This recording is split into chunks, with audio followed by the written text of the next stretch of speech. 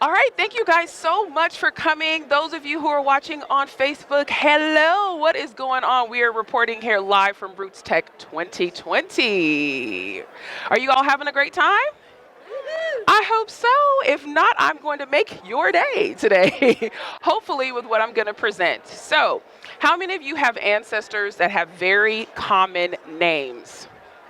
That's pretty much everyone. And then when you go to try to find these ancestors, there's like 3 million people living in the same county in the same state with the same exact name as that one particular ancestor.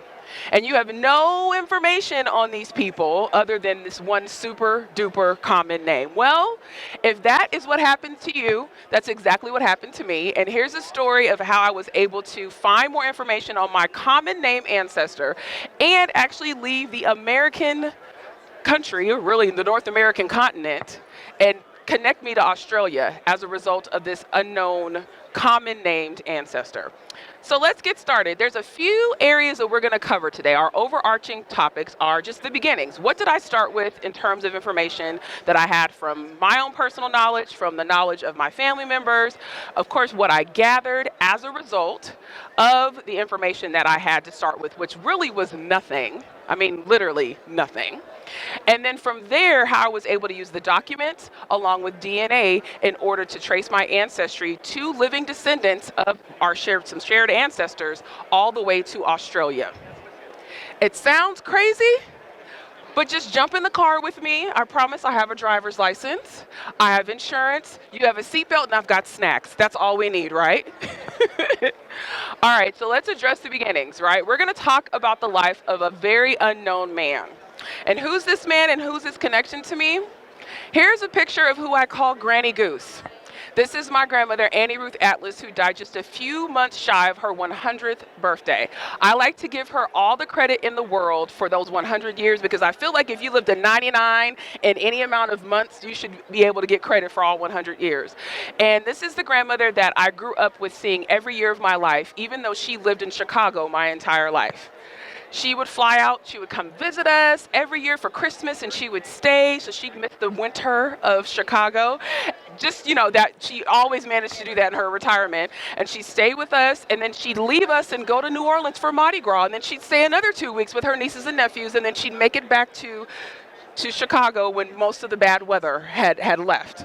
And so my grandmother, this side of the family that I'm related, that I connect to her on, we had family reunions every year. We've had them my entire life. We've been having them for more than 48 years. And despite that, no one knew anything about the life of my grandmother's grandfather. Nothing. Other than this man just showed up in Louisiana at some point and had a child with my great-great-grandmother, and he had this ridiculously common name of John Lee. That's all we knew. So of course, if we're doing genealogy appropriately, we should be starting with ourselves, what we know, taking that information, interviewing family members, interviewing anyone searching the house repository. If you've got a pack rat family member who keeps all the funeral programs and obituaries, whatever you have, right? Yeah, is it you? You're the pack rat. Oh, if you all out there are the pack rat, it's okay. Just make sure there's a contingency plan for all your papers. But you're going through the house repository, you're using what you know, and then you're tracing from you going back to the ancestors. So I will show you the first record that I found for my grandmother because the 1940 census hadn't come out yet. Here's my grandmother, good old Granny Goose, 3 years old on the 1920 census in a household. Thank God for Grandma Susie. She had 11 children. I have one. I tapped out after one. But they had a farm, and her parents, my grandmother's parents, were Louis Atlas and Susie Lee Atlas. And this is their whole household in a little town called Lake Providence, Louisiana, which is in northeast Louisiana. It's on the Mississippi Delta.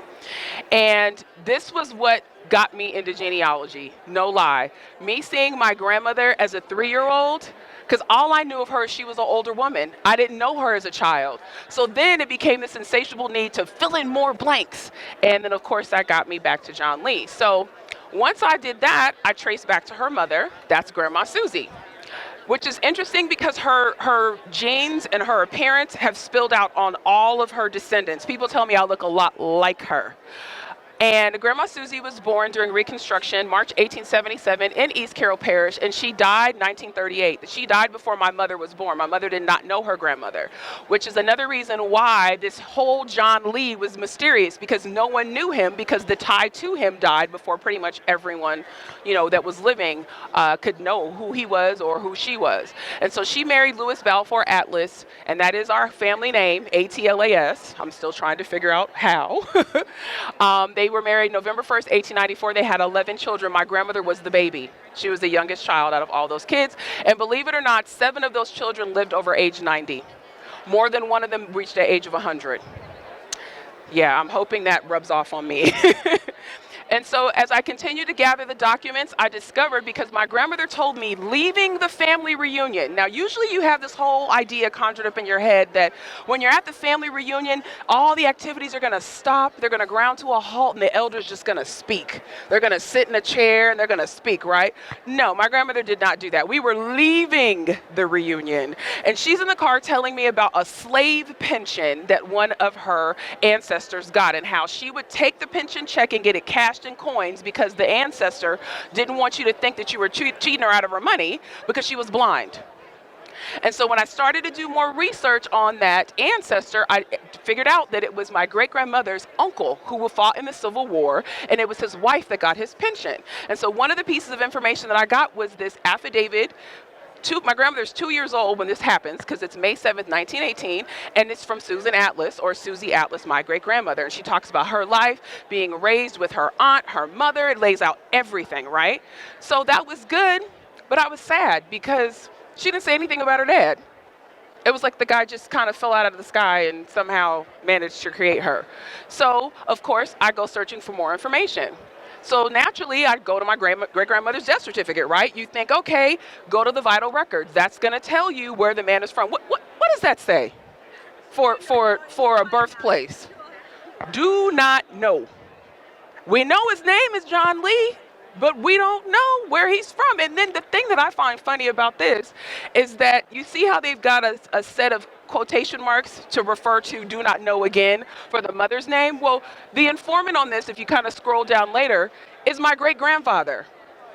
He knew his mother-in-law. So I don't know if the person filling it out did it in haste or what, but at least Grandpa Babe knew that his father-in-law was named John Lee, but we didn't know where he was born. So at this point, this is my tree. This is the side we're paying attention to, right? I have holes up here.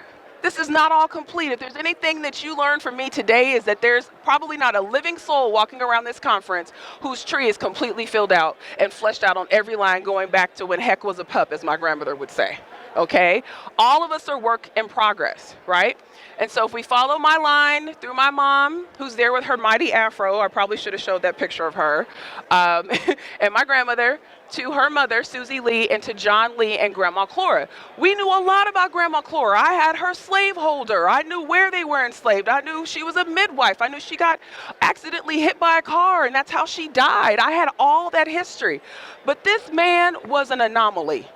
The only documents that I found on him were at the local level. I found where there was a labor contract during Reconstruction where John Lee had hired out as a hireling Grandma Clora. I found another labor contract. That was it. I searched the whole courthouse from top to bottom, and I only had 2 pieces of paper. And this was in addition to my online search. So here's where things get really interesting. Here we enter with DNA, right? Now, of course, the dates and things that I'm giving you are all a result of the information that I found.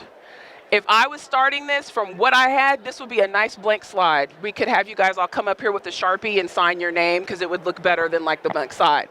But as time went on, I discovered John Lee was born about 1846 in Louisiana, and that he had 2 relationships or marriages, one to a woman named Emmeline Lowe that he married right after the war, and they had 2 children, one named Martha Lee and Asbury Lee. Then he married Grandma Clora, and they had Grandma Susie. Pay attention to the names, because they repeat. This is the key to this whole story.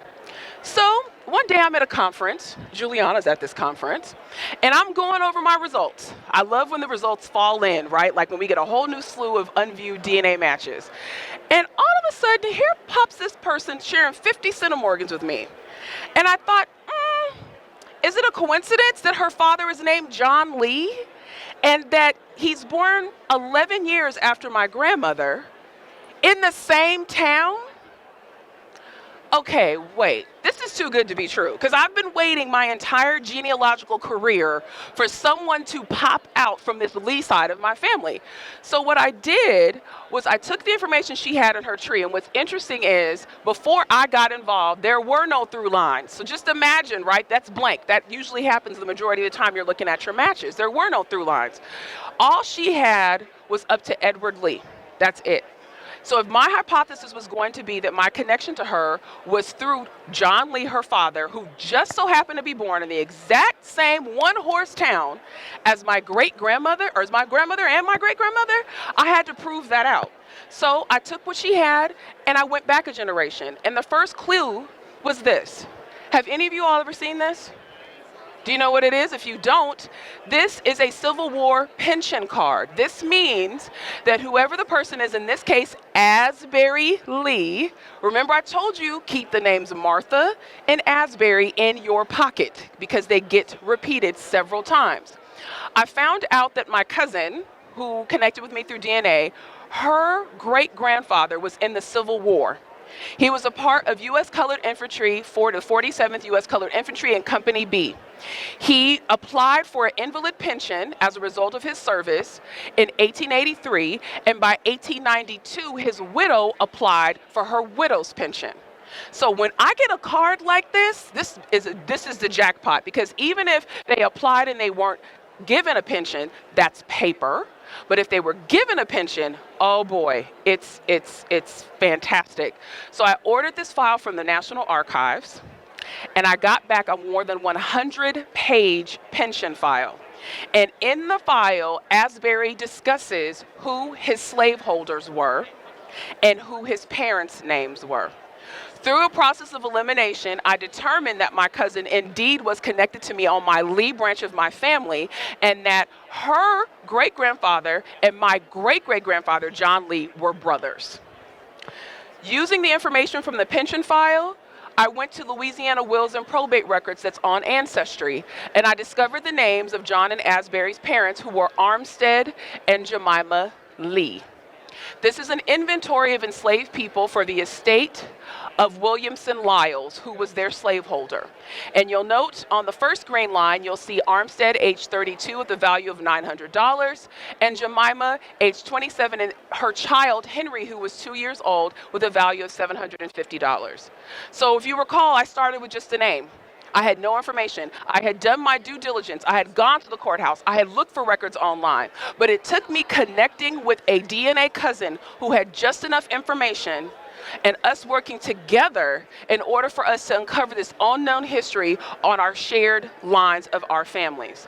So most people would be fine with this, right? I've got to my enslaved ancestors. I found their marriage license. It was in a completely different parish. In addition to that, I had not found John Lee on the census because I wasn't looking in the right county. They had been shifted. They were moved. Their slaveholder took them from East Carroll Parish to Claiborne Parish in Louisiana. And ironically, when I found the last slaveholder, he's in one household, and 2 households up is John Lee with his first wife. So he was there the entire time. I just was not looking in the right place. And typically that's what happens. So how in the world did I use these people in Louisiana and get back to Australia? Sounds crazy. Well, minding my DNA matches, I'm looking again. When I found the marriage license of Armstead Lee and Jemima, Jemima's maiden name was Taylor. And me and my cousin, my known cousin that I worked with, had these DNA matches where the entire tree either went back to Tasmania or Australia. So, wait a minute. Our known family is from Louisiana. These shared DNA matches that we have an entire tree. I'm talking all these people are Tasmania. There's not a single person or single line on this tree that goes back to North America, but one. And it just so happens to have the same surname as my third great-grandmama, Jemima Taylor. So I said, let me look at these Taylors. And then I start looking at pictures of the folks, and I'm like, wait a minute. Are these African-American people living in Australia? There's There's no way. So then I go through my cousin's tree, who has an amazing tree. She's pulled records from the National Library of Australia because this DNA tested cousin lives in Australia. She is not in the United States. She has pulled vital records for her ancestor named Williamson Taylor, and based on where it was reported his child lived, right, or this is actually his death certificate. It's noted that he comes from Ontario, Canada. That's all the folks in Australia knew, was that he came from Canada. They knew about when he immigrated. They knew nothing else. So I said, well, wait a minute. All right, that's a person touching North America. That's a great lead, right? The only thing I knew was that Jemima was born around 1814-ish in Virginia. Virginia and Ontario, Canada are not close. So what if I try to find Williamson Taylor in Canada? Interesting. So here's a Williamson, Canada, with the birthplace of state Virginia, living in Ontario, Canada in 1861. What is going on in the country at this time? There you go. It's the Underground Railroad. What I discovered is that Williamson Taylor was a black man, a Baptist. You see, they list that in one of the columns on the census. He's listed as colored black, okay? And he's living in Ontario, Canada. Well, then I took this little information. I was like, well, I got to vet, right? Are the shared ancestors European? Are they African? Well, the National Library of Australia proved that for me. I found out that Williamson Taylor went to Gulgong, New South Wales to mine gold. And in the newspaper, it mentions him being colored. So then I start digging more. And I discovered that my cousin has a death record for a woman named Sarah Taylor, who was over 100 years old, living in Ontario, Canada. And she mentions to me that her ancestor Williamson had a sister named Martha. Remember the names, Martha and Asbury. They repeat several times. And here we have a woman of African descent, her son named William. I told you all the names repeat. They left the path for me. I just had to get to the road, right? So if we're in the car driving, we've been eating too many snacks and I wasn't paying attention to where we were throwing the trash. Now I've figured out where the trash is. I have the bag and we're putting all the stuff in there, okay? It turns out that Sarah Taylor is the grandmother of Williamson and Susan. And thus she ends up being my 5th great-grandmother on this line of my family. Where they were living was the area that Harriet Tubman was taking enslaved people to through the Underground Railroad. It's the exact same location. So now we have somewhat of a disconnect, because now I'm trying to understand, if Jemima is Williamson's sister, they're born in Virginia, one of their other sisters manages to make it to Canada, Williamson makes it to Canada, how is it that Jemima is sold down south and ends up in Louisiana, and we have DNA of more than 50 centimorgans shared with these people currently living in Australia? That's the story. So, my impartation to you, sitting here, is even if it sounds cockamamie, far-fetched, right? Maybe you're the only person in the family that sat and listened to your elders tell these stories or even cared to do it. Search it out. Maybe you don't have anything other than a name. But now I'm looking at a 112-year-old woman in, this is 1881? Canadian census. Now I'm in the 1700s, and it was all because I spit in a tube, my cousin spit in a tube, and I put together what I knew and she put together what she knew, and then we got on a ship and went to Australia and picked up our other cousin, and now here we are. Any questions?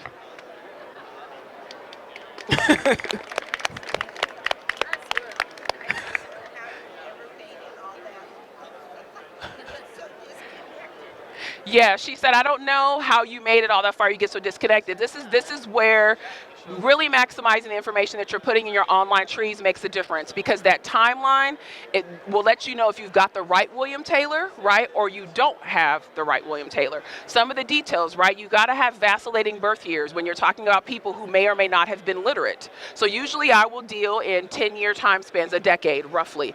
But that Virginia was there. My Australian cousin, she didn't even try in some ways to look for Canadian records, because she didn't think it was possible for her to find anything. And I'm like, he's right there. He's in the province, right? So sometimes you coming into a project and you believing that you can find it is all the fuel that your cousins need to get back further.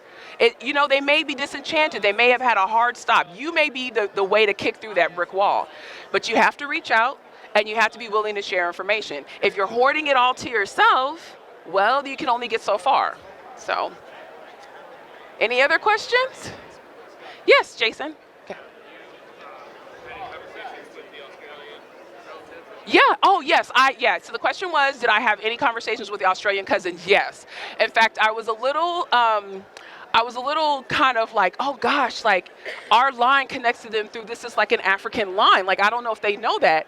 And they knew. And they were so excited that their American cousins that were of African descent, like that was on this branch of their family, like actually found them. Like they were elated. In fact, cousin B that I mentioned with the DNA results, her daughter lives down the street from these Australian cousins. She just moved to Australia a couple years ago, and she lives right by them.